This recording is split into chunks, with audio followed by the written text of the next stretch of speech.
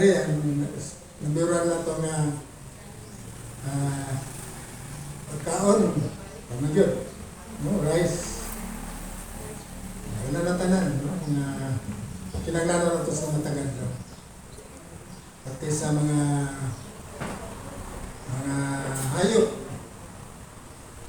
naka-benepisyo sa pananamin sa inyo.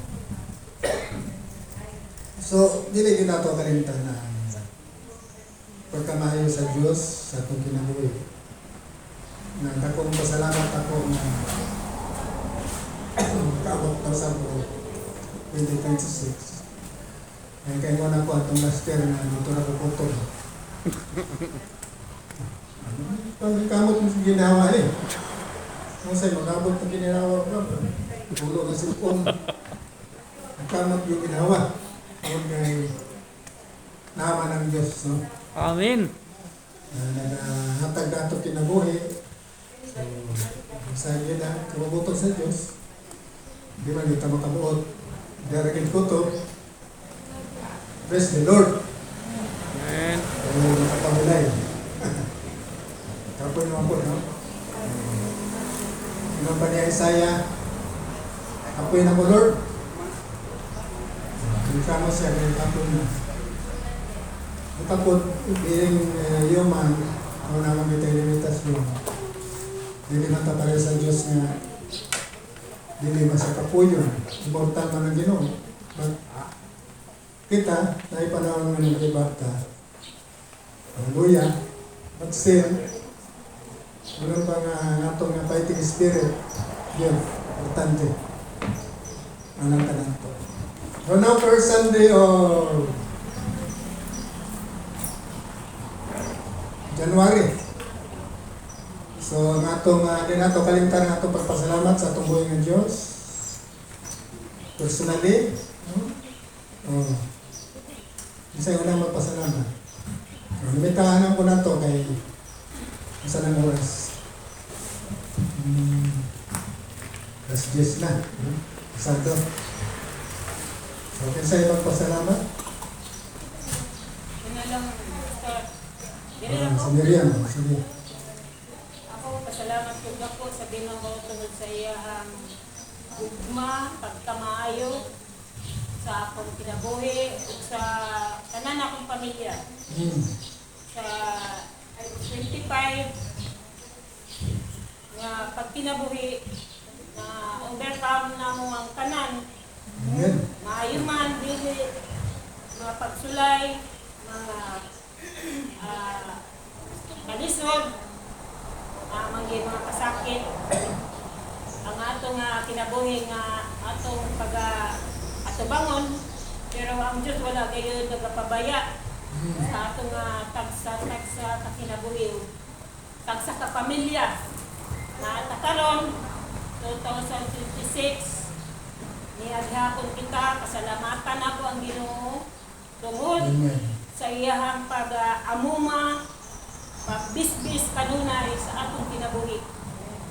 Habang kita nang ginabuhi pa, o padayon kita sa pag-alagad, o ang Ginoo dugang nakalig-on pa sa atuwa, no? Makapadayon kita sa atong tumutuyo diha kaniya.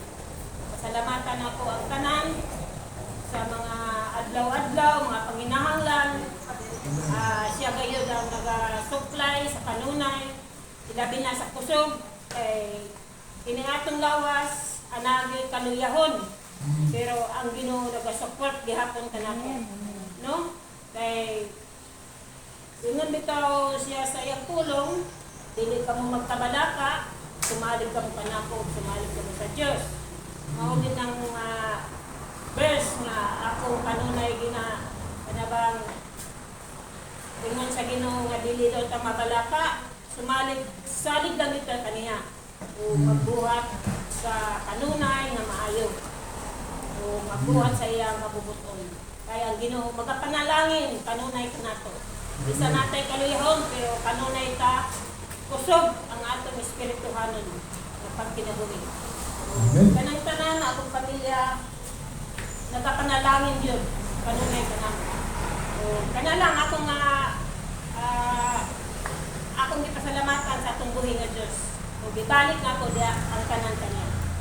Okay. Next. Ako na lang. Si Angel.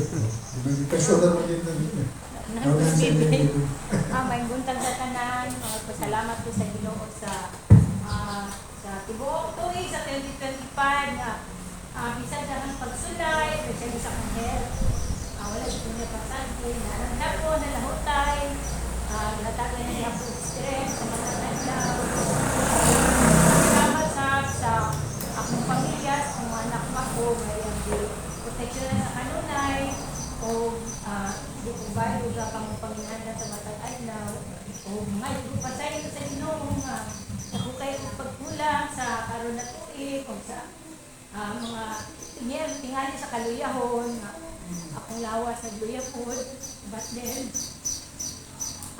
nalingamot din ko nga, kung di man ako makapit ng prayer meeting, nalingamot ko nga di ko makapit sa Sunday worship.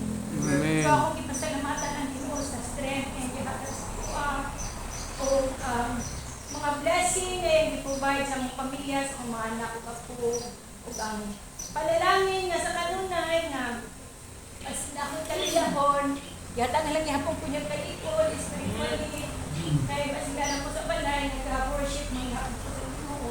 O ang sa araw na year, ang ginaambos sa kanunay nga, iyan i-provide na yun ang akong kusog, kung kapaskog, mga kalatay Lord, nga iyan ibalik akong strength.